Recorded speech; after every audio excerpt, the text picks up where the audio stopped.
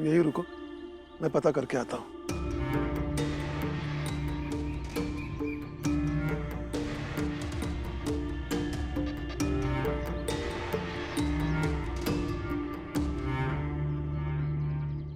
सुनिए, वो हरिभाऊ सेठ जी का दफ्तर कहाँ है? वो जो तालाब खुदवाते हैं, ठेकेदार है। अच्छा वो, हाँ। उनका दफ्तर ये सामने है, लेकिन कुछ देर बाद खुलेगा। ठीक है, तब तक 2 चाय पिला दीजिए। कौन सी जात के हो?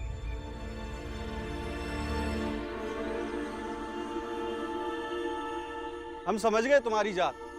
दूर जाकर चुपचाप खड़े रहो। नहीं नहीं, आप गलत समझ रहे हैं। हमारी जात तो वही है जो आप सबकी है, और आप जो समझ रहे हैं वो हमारी जात होती तो हम बहुत दूर खड़े रहते। अच्छा तब ठीक है, अभी चाय बनाकर देते हैं। जी।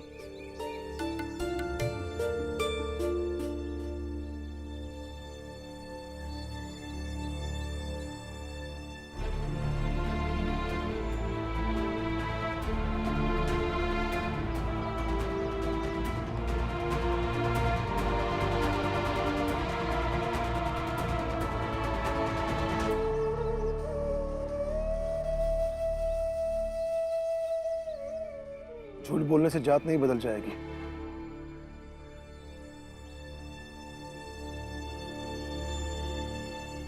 हाँ, नहीं बदलेगी जात, लेकिन कम से कम चाय तो मिल जाएगी।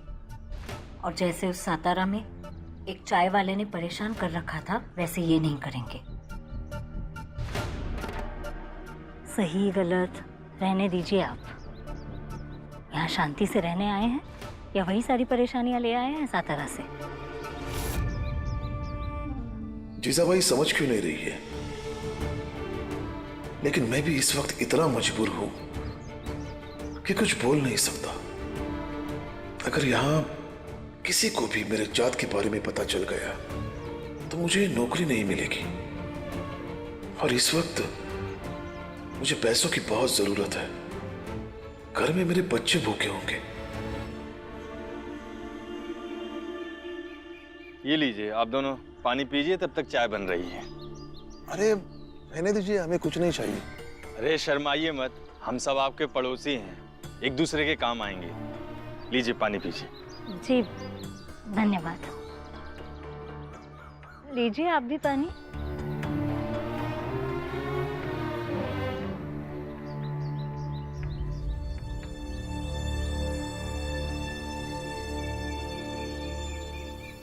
पी लीजिए पानी। थोड़े से झूठ से अगर इज्जत, चाय, पानी सब मिल रहा है तो सच की रट नहीं लगानी चाहिए। लेकिन जीजाबाई, झूठ झूठ होता है, और हर झूठ की कीमत एक न एक दिन चुकानी पड़ती है। तब का तब देखा जाएगा। फिलहाल तो आप किसी को सच नहीं बताएंगे और शांति से रहेंगे।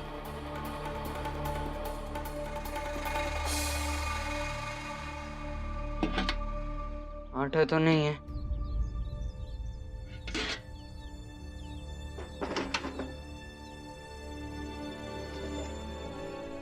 नमक कुछ दिन चल जाएगा।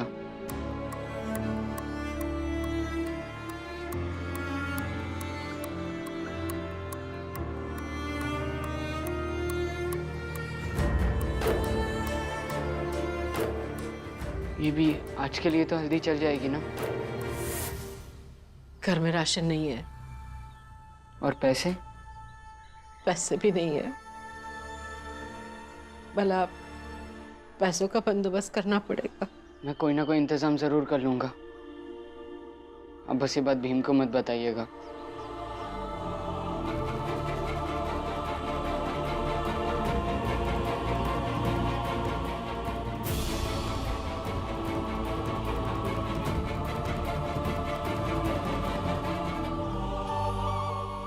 भीम, मुझे भी अपने साथ ले चल। मैं तेरे साथ काम भी करूंगा और तेरे साथ पढ़ाई भी करूंगा।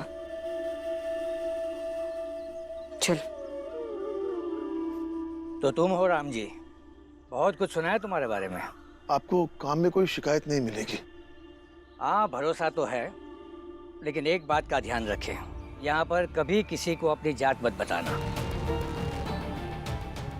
यही तो कह रही थी मैं इनसे कि काम करिए, पैसे कमाइए, सबको घूम घूम कर जात क्यों बतानी है। देखो राम जी, तुम्हारी पत्नी बहुत समझदार है। सेठ जी, भीम बाबा का काम कर लेगा और मैं भीम का। बस आप हम दोनों भाइयों को काम दे दीजिए। हाँ सेठ जी, हम आपको शिकायत का मौका नहीं देंगे। ठीक है, खूब मन लगाकर काम करना और पढ़ाई भी करते रहना। राम जी, अक्सर तुम दोनों की पढ़ाई के बारे में बात करते थे और मेरा ये दायित्व बनता है कि राम जी की अनुपस्थिति में तुम दोनों की पढ़ाई लिखाई का ख्याल रखो। सेठ जी, कुछ उधार पैसे मिलेंगे? घर पर पैसे नहीं है बिल्कुल भी। हाँ, बिल्कुल मिलेंगे। नहीं सेठ जी, हमें उधार पैसे नहीं चाहिए। चलिए आनंद भैया।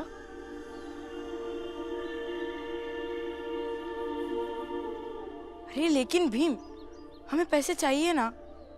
आनंद भैया, आप बाबा पर विश्वास रखिए, उन्हें हमारी फिक्र है और मेरा मन कहता है कि वो इस समस्या का भी कोई ना कोई समाधान ढूंढ रहे होंगे। सेठ जी, अगर कुछ पैसों की मदद हो जाती तो वो मैं पैसे घर भिजवा देता। मेरे बच्चों के पास खाने के लिए भी पैसे नहीं है। बाबा भले ही हमसे दूर है, लेकिन वो हमारी चिंताओं से एक पल भी दूर नहीं हो सकते। इसलिए आनंद भैया, आप उन पर विश्वास कीजिए। चलिए आपके काम की शुरुआत करते हैं। नहीं नहीं सेठ जी, ये तो बस अपनी चिंता जता रहे हैं। अगर आपको अभी देना उचित नहीं लगता है तो रहने दीजिए। बस हमें बता दीजिए यहाँ आसपास हमारे रहने की क्या व्यवस्था हो सकती है। सेठ जी, कर्तव्य की चिंता है। अगर थोड़ी मदद हो जाती तो बहुत बड़ा एहसान हो जाता। बिल्कुल राम जी, तुम चिंता मत करो। सामान वामान रखकर थोड़ा आराम कर लो, फिर मैं बही खाता दे दूंगा। बस उसी समय जितनी पेशगी चाहिए मांग लेना। बस यहीं पास में ही तुम्हारे रहने का प्रबंध किया गया है। धन्यवाद सेठ जी। चलो। महाराज, सारी कागजी कार्रवाई हो चुकी है। हमारा मंगेश किसी भी वक्त जमानत में जेल से बाहर आ सकता है। आ सकता क्या सेठ जी? अपना मंगेश तो आ गया है, वो चला आ रहा है अपना मंगेश।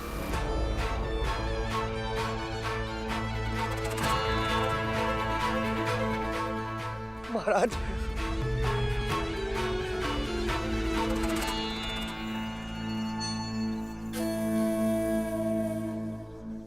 महाराज, आप लोगों का बहुत बहुत धन्यवाद। महाराज, आप लोगों ने मुझे जेल से छुड़ाया।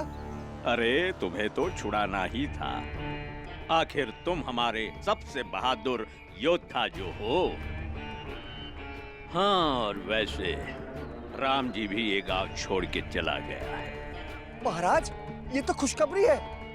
महाराज, एक काम करते हैं, आज ही भाड़े के कुछ गुंडे बुलाकर उस भीमराव को खेल ही तमाम कर देते हैं। नहीं नहीं, उस भीमराव ने गिरोह बना दिया है उसकी जाति के लोगों का।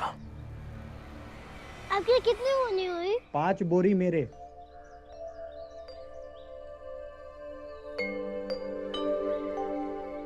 आपकी आपकी कितनी हुई बोरी? मेरी चौथी बोरी है। आनंद भैया, आपकी ये तीसरी बोरी है ना? हाँ।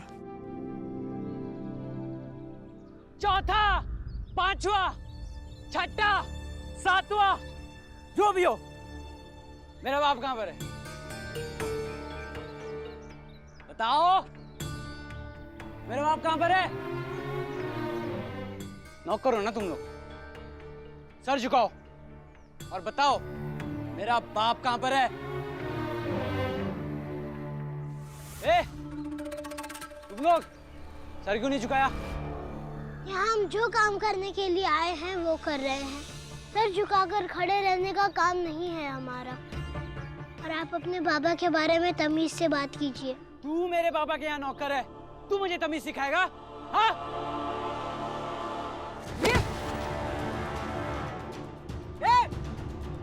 दूर रहो मेरे भाई से, समझे? तुम दोनों भाई, मैं बताता हूँ।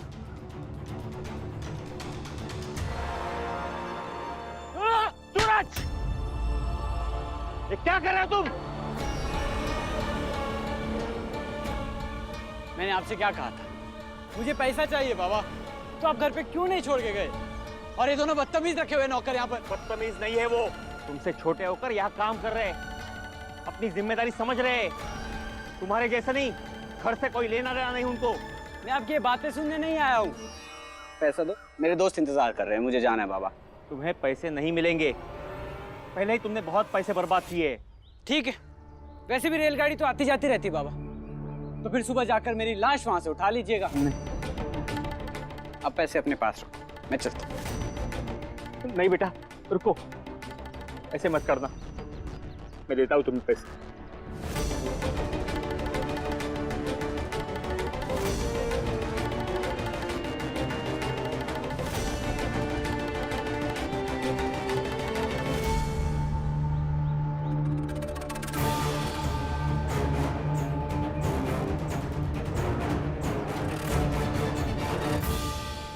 सेठ जी,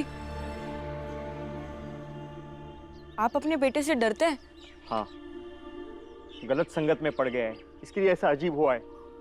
हर दम पैसे मांगते रहता है, ना देने पर जान देने की धमकी दे देता है। घर पर तभी आता है जब उसको पैसे की जरूरत होती है, वरना उसको घर वालों से कोई मतलब नहीं है। लेकिन हम तो उसके आई बाबा है ना, हमारा तो मतलब रहेगा।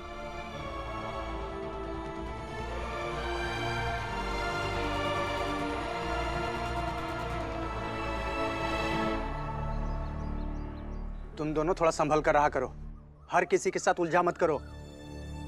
ये तो तुम्हारे बाबा थे जो हर किसी के साथ उलझ जाते थे। लेकिन उनकी बात अलग थी, वो बड़े थे, सूबेदार थे, लेकिन तुम दोनों बच्चे हो। लेकिन हौसला भी बाबा से ही पाया है। हमारी चिंता करने के लिए शुक्रिया।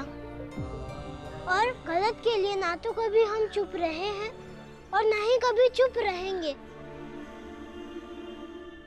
चलिए। अब किसी को कुछ भी करोगे तो सब एक साथ आएंगे लड़ने के लिए।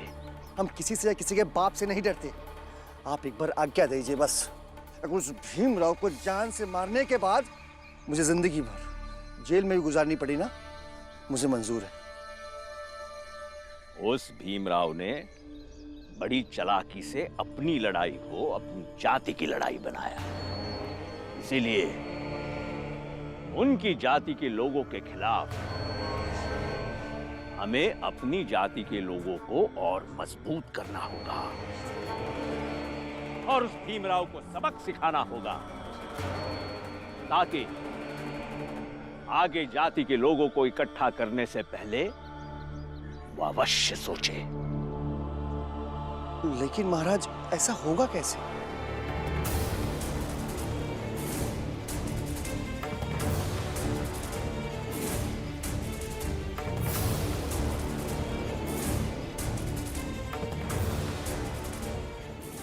वो आदमी भीमराव की जाति का है ना?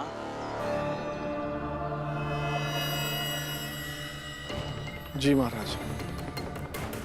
उसका नाम पूछो। महाराज, उसका नाम फूलचंद सेवक है। नहीं, फिर भी जाओ और पूछो उससे। और जो आज्ञा महाराज। रुक!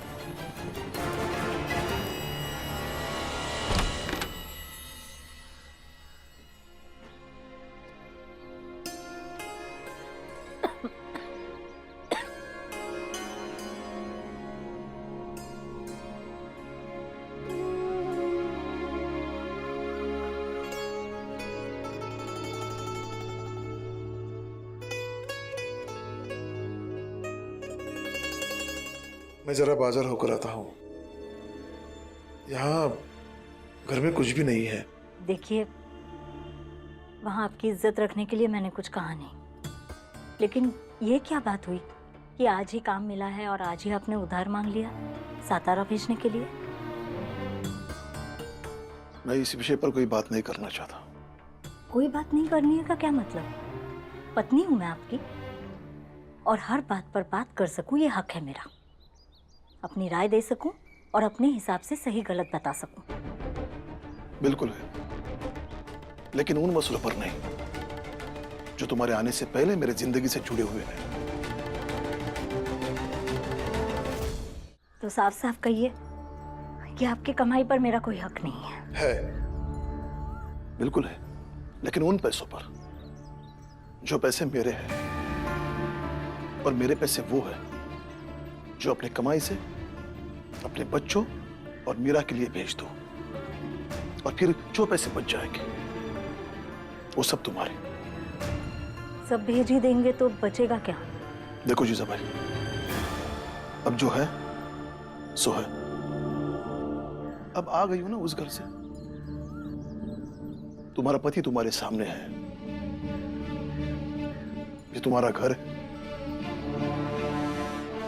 अब शांत रहो और अपना जीवन जियो, और मुझे भी शांति से रहने दो।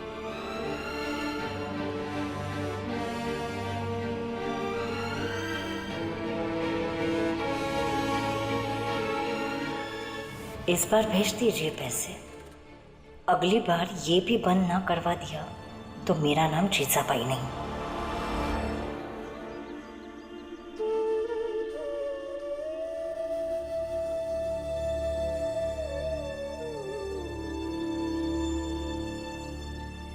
सेठ जी,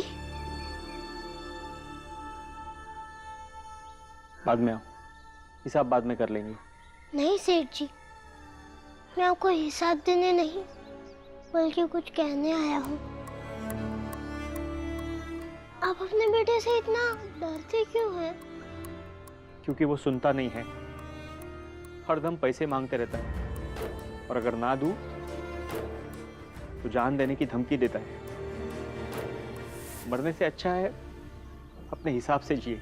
लेकिन ये हिसाब सही नहीं है, और जब हिसाब सही ना हो तो वो जीवन सही और उचित नहीं होता है। इसलिए आपको हिम्मत दिखानी होगी, क्योंकि बाबा कहते हैं कि अनुशासन की स्थिति बस तब बन सकती है जब जिम्मेदार लोग अपनी जिम्मेदारी निभाएं।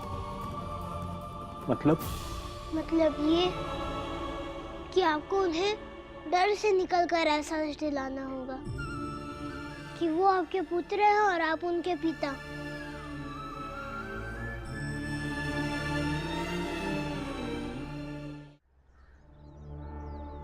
रख। नाम क्या है तेरा? फूलचंद। पूरा नाम बता। फूलचंद राम सेवक, जानते तो हैं आप। ऐसे ऐड के क्या बोल रहे हैं? अरे 2 दिन में जेल क्या चला गया? तुम लोग तो तेवर ही बदल गए। आप ये क्या बोल रहे हैं? मैंने तो कुछ कहा भी नहीं। आप अपना हैसियत में, हाँ हैसियत में ना। आप गलत कर रहे हैं। देखिए आप गलत कर रहे हैं। गलत कर रहे हैं? देखिए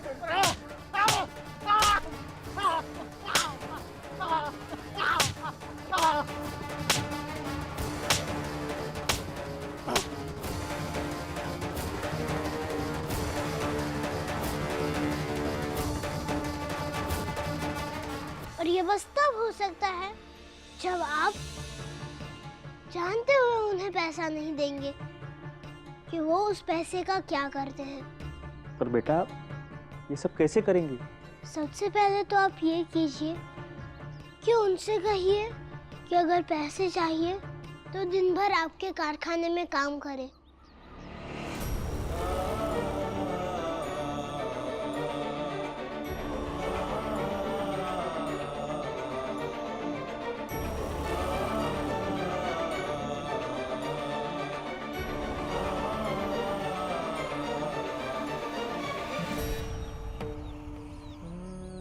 सेठ जी, आप सोचिए मत, समस्या को स्वीकार कीजिए और समाधान पर ध्यान रखिए, तो सब ठीक हो जाएगा।